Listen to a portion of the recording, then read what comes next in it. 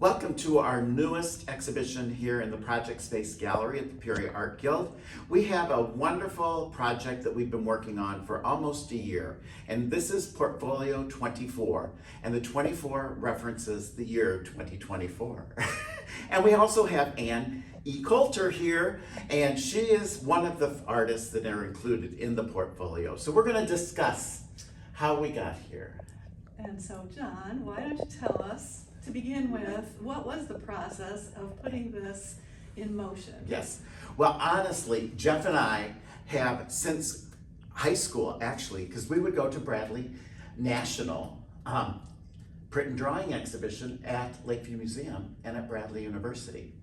And we fell in love with prints. I majored in drawing when we went to Iowa. At Iowa, we had a wonderful print program. We also had a museum. We actually premiered a portfolio that Robert Motherwell did in the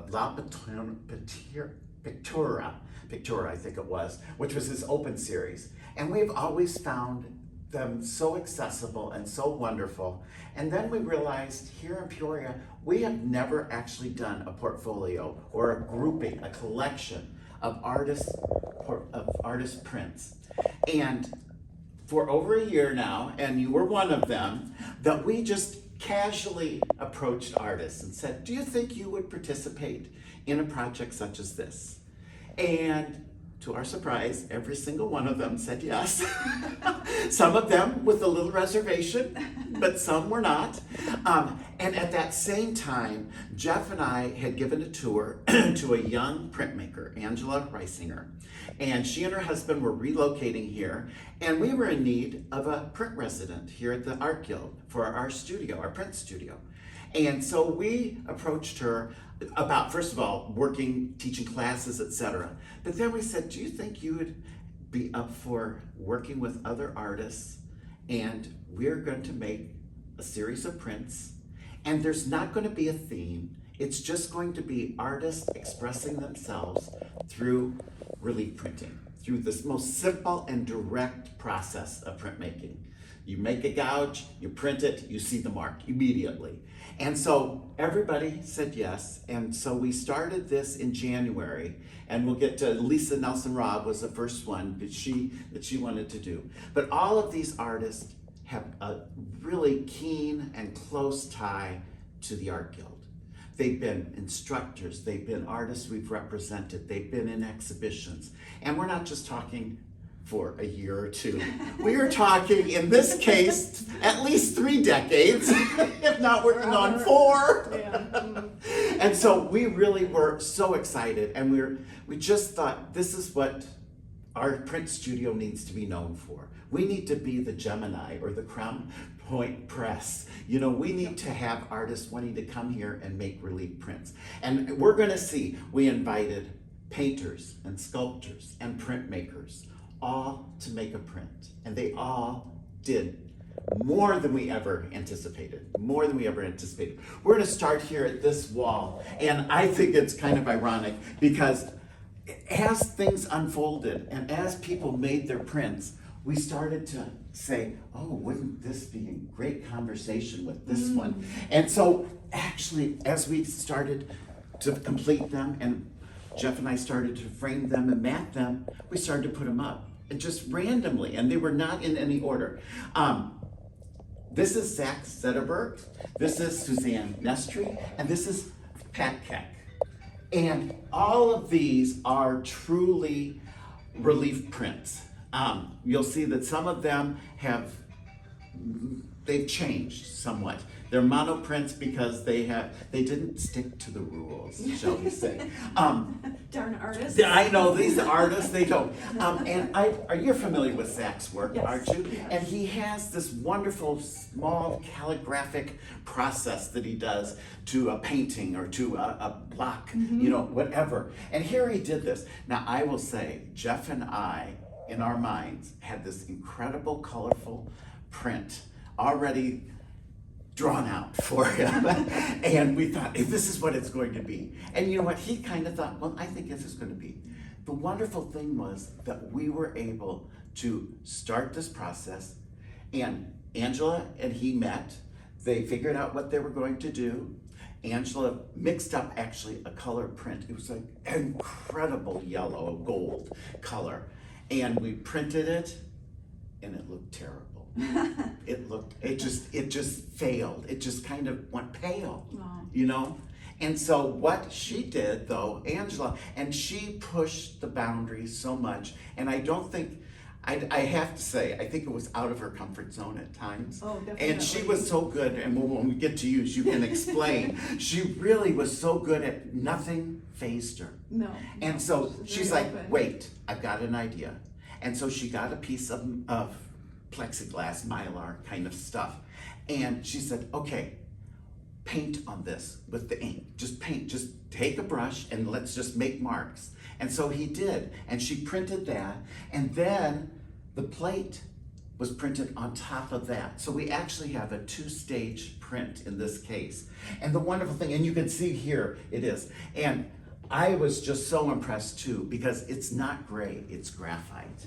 There is this wonderful shade that is only replicated by a pencil, I swear. And yet she was able to do that. And it just, the lines had such force, they had such presence, it just worked so well. And Suzanne was the same way, except Suzanne already knew in her mind that what she was going to do was to recreate a wood grain. And that wood grain was from rubbings that she had done at 2 different places in Peoria. And these 2 places happened to provide space for artist studios. One was the now defunct Prairie Center for the Arts, and that was this large plate that Angela ended up carving. This rubbing was done there. The other rubbings, which are on tracing paper, were done at the mill. And they were in the elevator, they were on the stairs, they were any place. And so she's got this wonderful grain against grain, and they meld together so well. And this is really a process that we call sheen collé, because we adhered the piece of paper, of the tracing paper, to another piece of paper. And when we do sheen collé, it's being pressed through a printer press. So we have that pressure that really seals it. And because this is cotton paper, it really bonds it totally. And then she printed on each one of these. So each of these technically is a monoprint. They all have a print matrix to them, but each one is going to be unique because of the rubbing behind it. It's really beautiful, isn't it? Isn't it? And, well, and Yeah. I think the way these talk to one another, and then we get here, and this is called echo, and I love it because we have this natural, the rings here, to kind of emphasize the idea of echo. And what it does, though, is it flows so well into Pat Keck's Only you would piece. see that, John. Pat Keck's piece, and Pat Keck is a sculptor, but she also is so aware of details and of nature and of all those things. And she literally took a garden slug and placed it on a piece of paper and let it wander around her paper. And it left its little slime trail all through it. And she then traced it.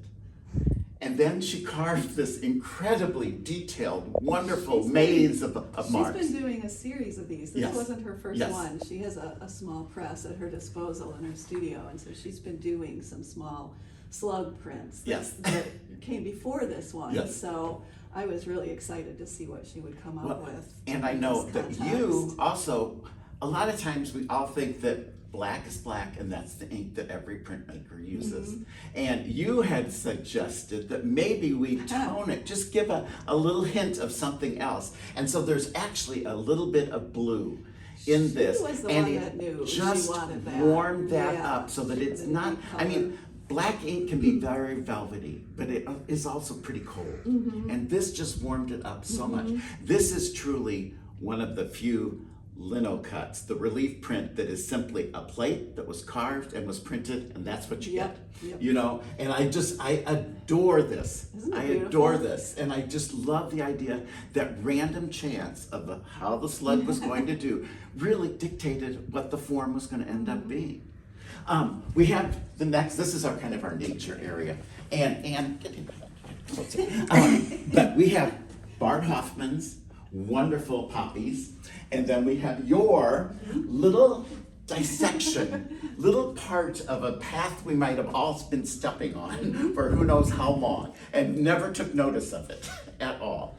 But Barb's is a relief print, but it's a reduction relief print, and as was yours. And when we do a reduction print, we're going to draw out the image on a plate, on a block of lino, and then we're going to carve it. And there's going to be certain marks you take, and then you print them. And then the next area, we're going to remove all that, and we'll have just those, and we'll print it. And like in this was like 4 different passes to get this image together. Gouging away. Yes, and removing and deconstructing what we call a matrix, or the block that you're using. And I think what's so wonderful, these are based on, Ken and Barb go to Florida. And in Florida, she does monotypes, she does watercolors, she does photography.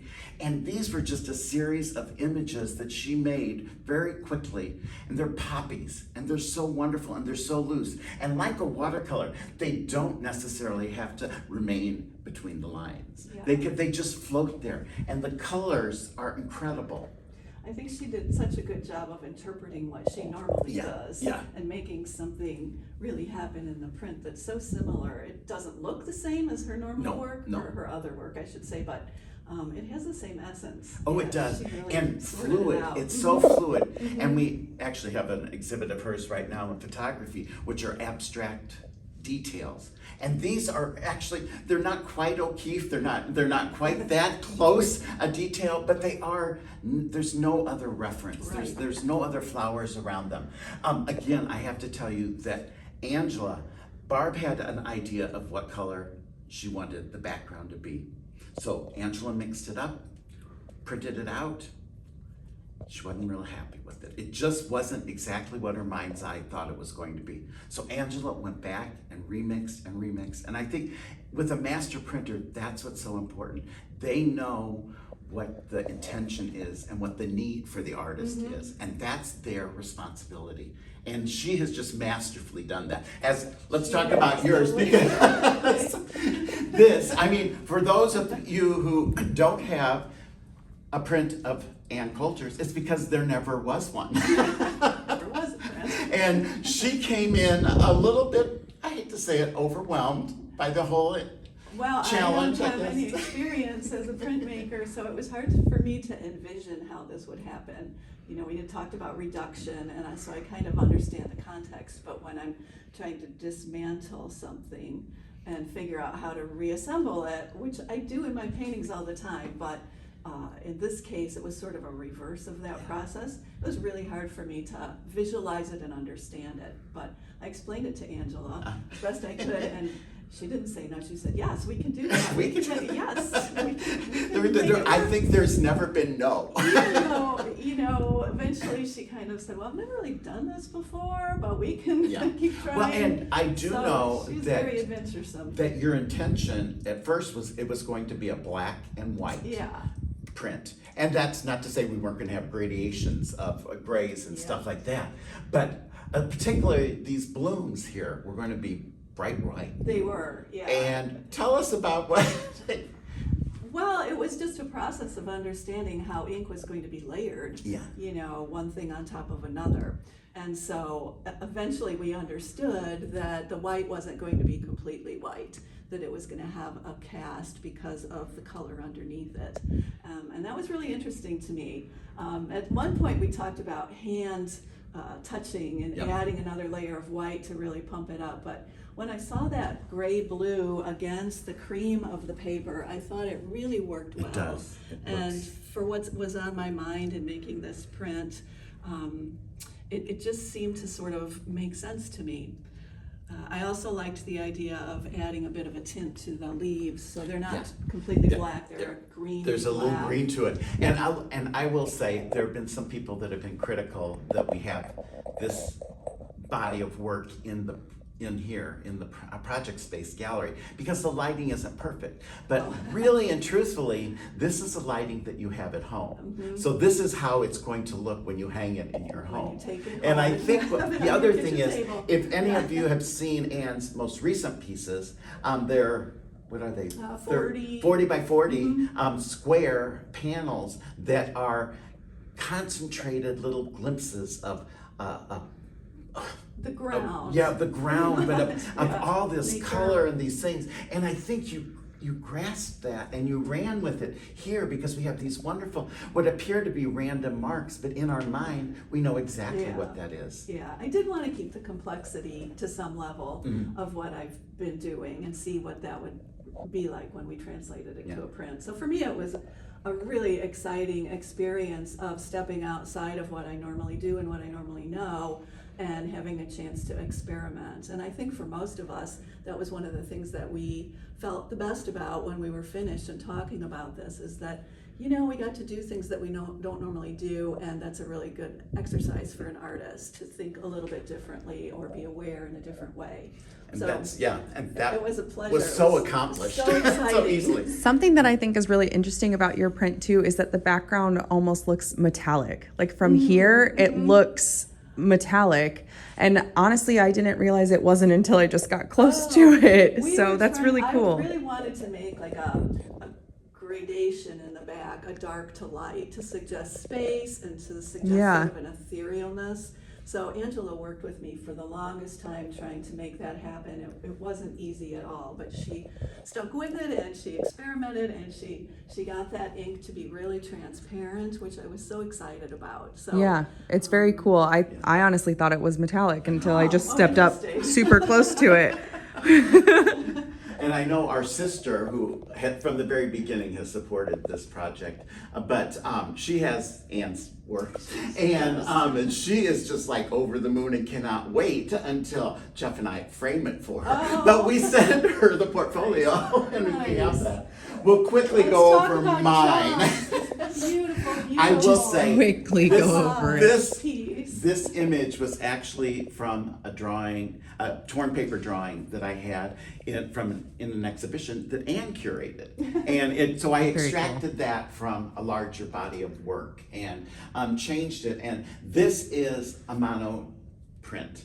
So the only thing that was actually printed is the black, the red, the golden color. This part here is all that. And then all of these things are old drawings that I copied and cut up and then collaged on. So explain just quickly, what do you mean by a monoprint? A monoprint means that there has to be one print process involved, which means going through a press. And in this case, Angela first printed this, then she carved and did this wonderful, it's actually, it looks almost like a flame, but it was really supposed to be more like a wood, just kind of a random marks like that. And so when we finished that, then I went back in and I started to collage on, and I started to break up the surface with different lines and opposing lines, so that it added a little bit more depth, I think, to it and everything. So each of mine is different. Every single one of them is different. It's different because of the collage aspect and the monoprint aspect. I love your piece, John, because I can't figure out how you did it.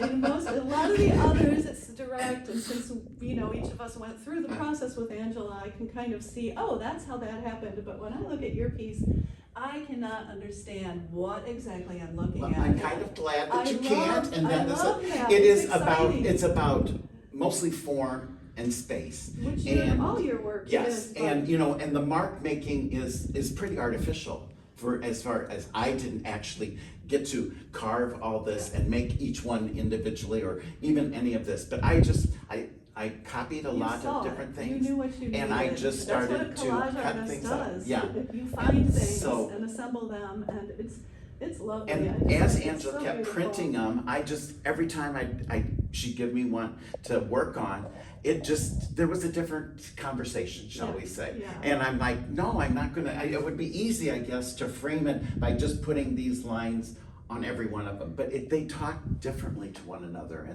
and so I had to change it up. So what fun for you that you guys it was very 30 fun. separate pieces, although I would say that the process that I went through was the same thing, even though I was trying to get each image to be as similar to the next as I could, each one was different.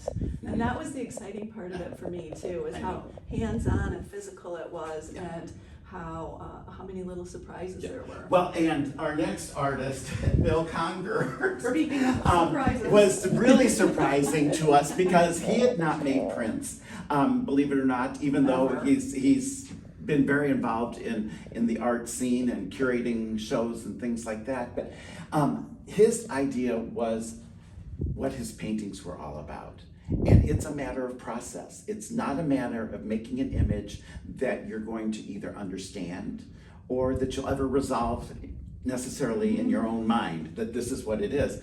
And what it was is he had an exhibition up in Chicago, and there's a magazine art forum, and he was actually mentioned in this one portion that art forum always does in must-see exhibitions in Chicago. And they were these wonderful tondos. A tondo is just a round surface that we work on, a perfectly round shape. And he was doing these, and he was just applying different materials. I mean, he would ink it, he would paint it on it and make prints, it. And, actually, monoprints, because he wasn't painting directly on the surface. Yeah, he was just pressing things and doing all that, pushing it on plastic onto the canvas. And we thought he would do that kind of thing directly onto a round panel like this. Well, things happen. Each environment is different. At the studio at the time that he started doing this, the ink was not drying. And we're talking like 2 weeks, it was not drying. So we just thought, okay, Angela said, well, let's try something else. Let's do it onto paper, and then we'll adhere it to the panel. And so he did, but all of this is, and Jeff and I tease, because it's sort of like if you're laying on a hill and you're looking up at the clouds, you see clouds. I mean, as a child, you tried to find something, but if not, we just look at the magnitude and how wonderful these natural forms are that are floating above us. Well, that's what he's doing here. He's actually just taking a piece of material, he inked it up, then he did put it through the press though. So we did have an actual print being made, but each one is unique. Everyone is. The other thing that he does with his paintings is he does not place them directly on the wall surface. He needs to bring it out and intrude just a little bit into our own personal space. Let it float. And Jeff and I were thinking, how are we going to do this? Because it'd be terrible, because if we just mounted a circle on the wall, it would lose something. It doesn't have the same presence. So we found wooden spools, and so we glued one on, and he was very fine. His paintings, which are much bigger, they're like 20 inches in diameter, go out about 4 or 6 inches sometimes, and this is only going out a couple of inches, but he was very happy for, and that is part of what we as curators want to do too. We want to respect the artist's image. We want to present it in the best way possible so that you have the same experience that you do if you go to a gallery and something like that and at home. You've done a great job of that, John. Thank you. This is a wonderful wall of color for the most part, and it just so happened that they worked so well together like that. This is Kaname Mason. Eugene, I'm sorry, known him all my life, but it's Eugene, and it will be that way. But Eugene is from Ghana, and his method of applying paint to a canvas is dots. It's not pointillism, because pointillism is where you mix color, where your eye mixes color. These are just the actual physical application of putting a dot next to a dot next to a dot. And he accepted this challenge so well. The odd thing that he did though is, and you can relate as a painter also, usually prints are sourced from another object or another painting or some work you did. This is the study for a painting he's going to do. Oh, that's exciting. And I think it is. Yeah. It's really fun. Yeah. And he actually took a Dremel and he made all of these little dots. I loved knowing that when I saw the first run of his print, and there were all these little dots, and yes, Angela, how did that happen? Who did that? Oh, he used a drill to make the dots, and How inventive, but it is, really and works. it's really, It's and beautiful. this one is probably our most serious print. This is The Silence of American History. Anne and Brittany, I think you've even seen it. One of his masterpieces, and I really, it's a museum quality, and it should be in a museum, is a large painting he did that is about 6 feet by 8 or 9 feet, maybe even 10 feet. And it's 400 years of history, and it represents his passage from Ghana to America, but also the passage of 400 years of slave trade from Ghana to the United States.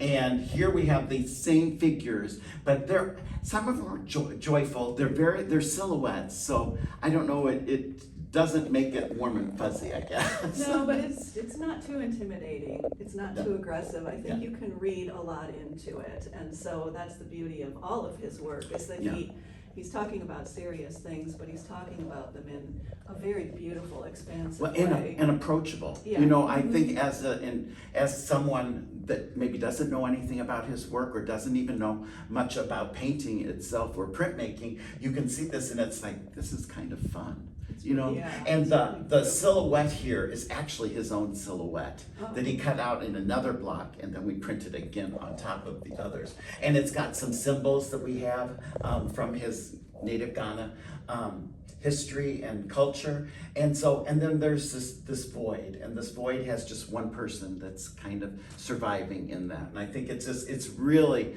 very thoughtful, and it's also something that I think the more people live with it, if you do get a copy of the portfolio, the more you kind of reflect on things a little bit more.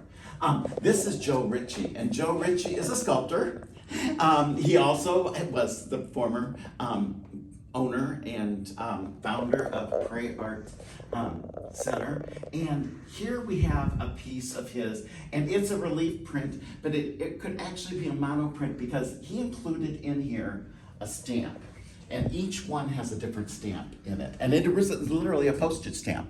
But this is Flight, and he and his wife actually were traveling quite a bit, and I kind of look at this as flight patterns. It's like this chaotic thing where all these people are coming and going, and there's so much energy, and that these could possibly be destinations that someone has gone through, you know, or how people on maps will put a map pin and document the pattern. But it's also very random, and I love that. It energizes, I think.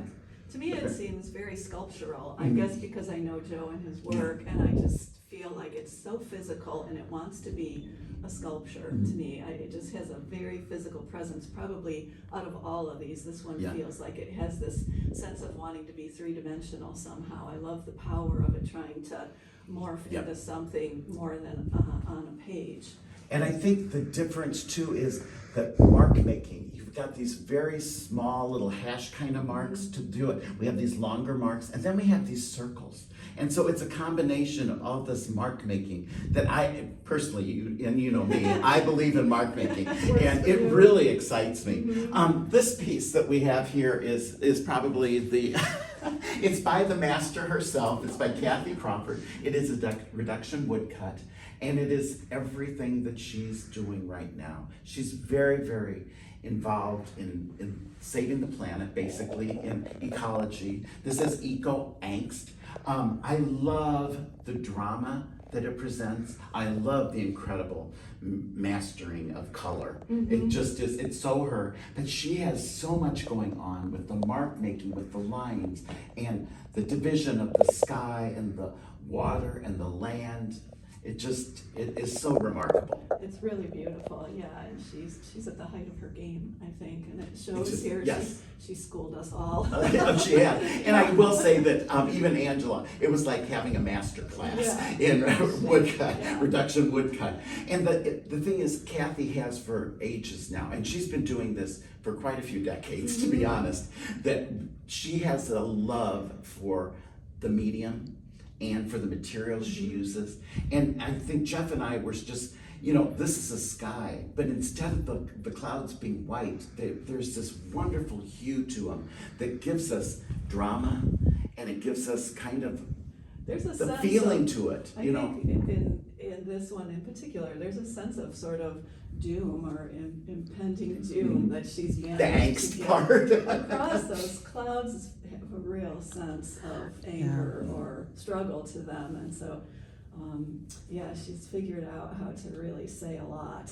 And I love the raw edges and it Yes, going to the full end, like there's no she did frame. hers, which Angela had never done before, and she now I think has the confidence that she can do it. And that's just how Kathy thinks, though. I mean, she does, don't get me wrong, it's not that she doesn't want her work framed, but she wants the image itself to be so commanding that it's floating in the frame rather than contained by all, like the mats I cut for everybody else.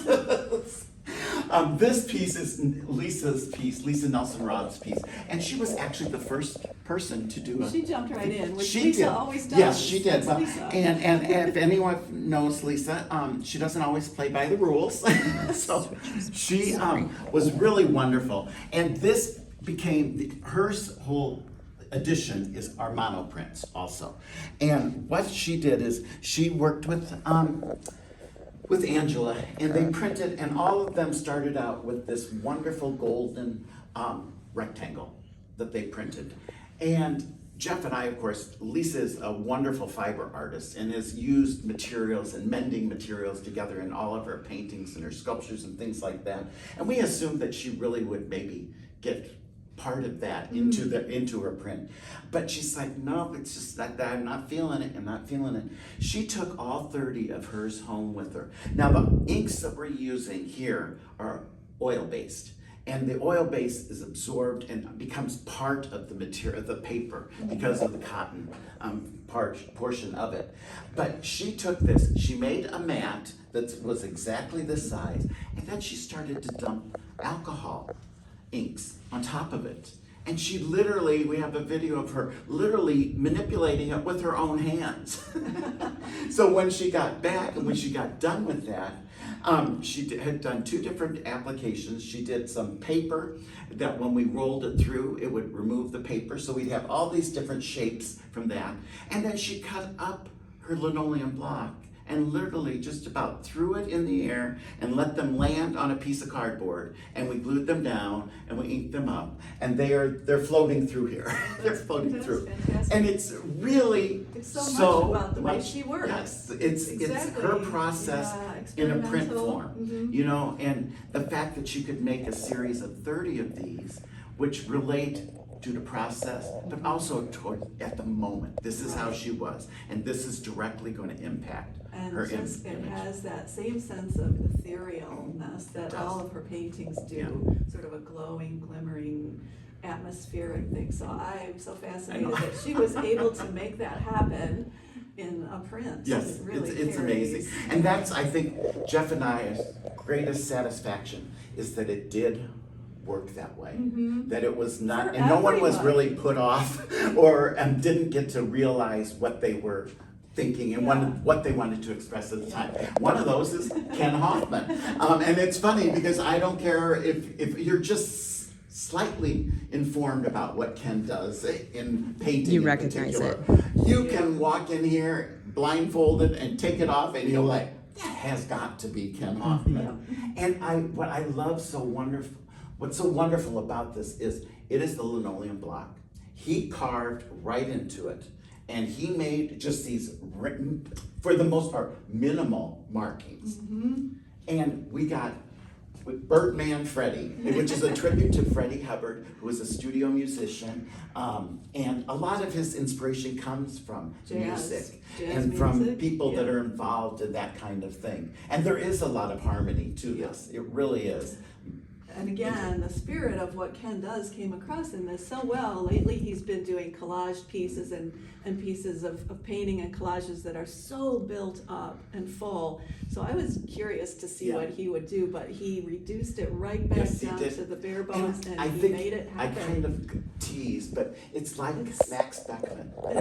It's very German. He's It's got that very, it's expressionistic. pretty heavy-handed, so to speak. I'm I'm a German like that too. I always tease, if I was a ceramicist, all I'd be making are bricks, because there's no way I could make anything fine and like that. But this is just, it's so Ken, and it's just so wonderful, and I just love the quickness, breakup, you know, the and composition. it's just so, so spontaneous, and it's so Ken.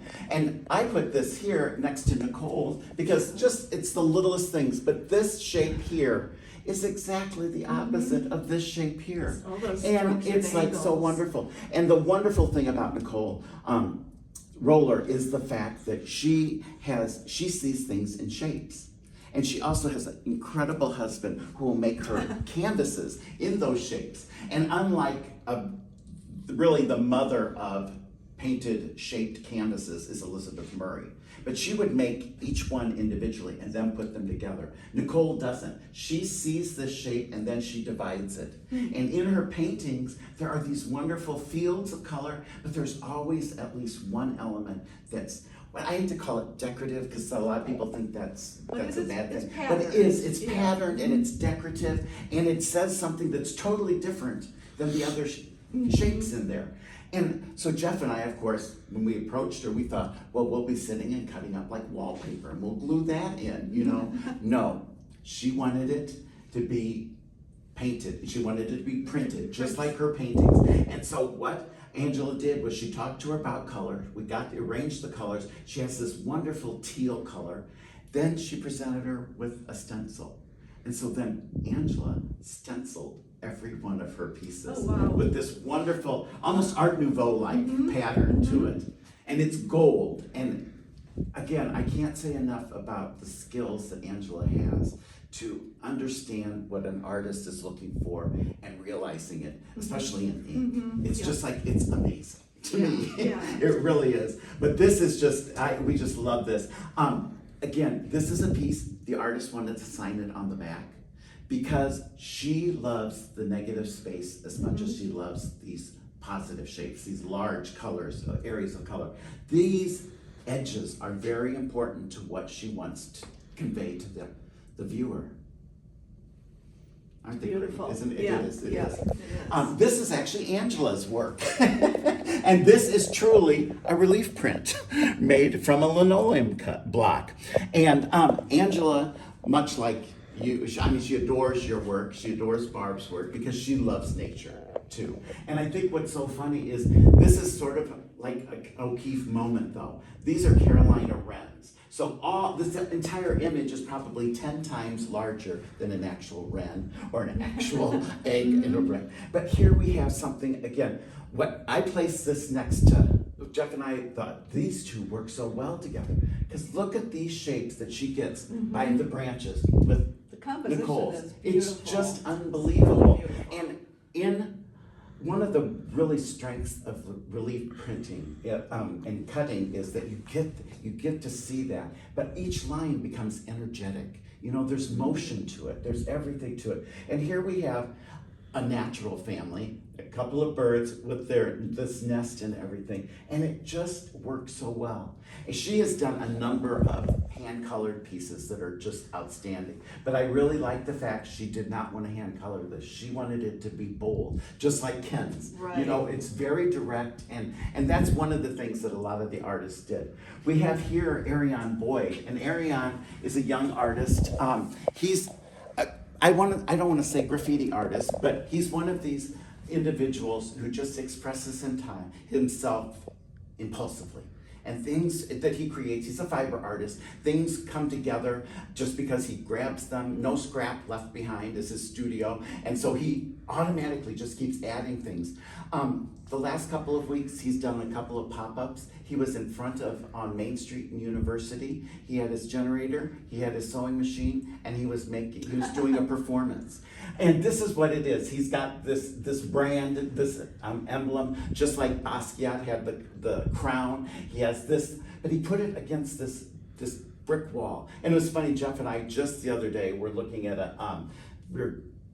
through some auction and some exhibition things that were happening throughout the world. And there's this wonderful, and it was not Klaus Odenberg, but this wonderful large, it was probably 4 foot by 6 foot at least, red panel that was in brick, but it was on a unknown material, but it was hung, but it sagged. And it was like, oh, how wonderful, because it is exactly what it shouldn't be.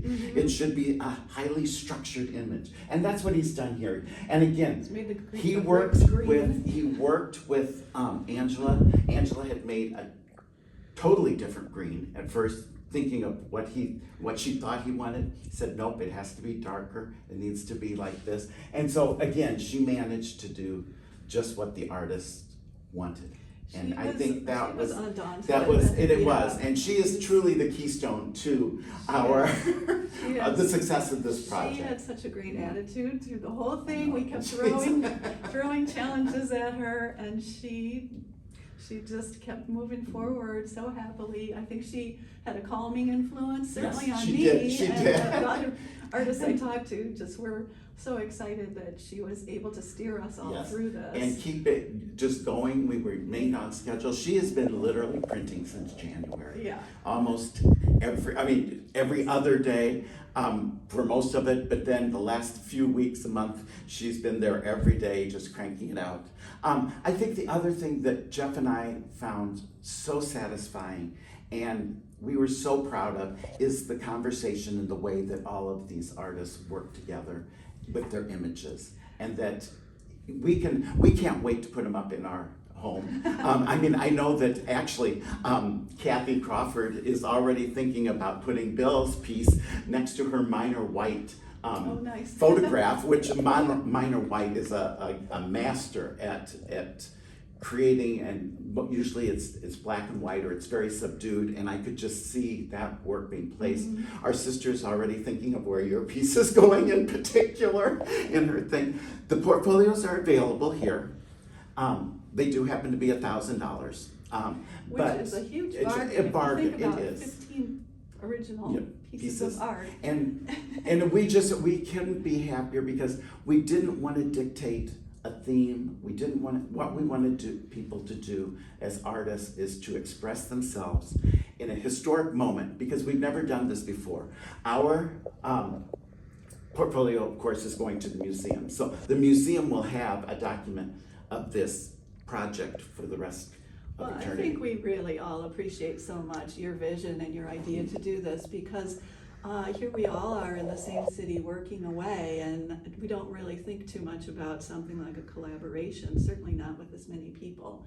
So speaking for myself and some of the people I have talked to in the project, we are thrilled to be a part of something bigger in a way, or to acknowledge the relationship that we all have living in this same city, being a part of what goes on here at the Art Guild. So for us, it was a personal experience that I think kind of bonded us in a way, and just exemplifies how strong the arts are in Peoria. They are. And this was such a unique thing to get to be a part of. I thank you so much. We hope that others want to share it and buy it.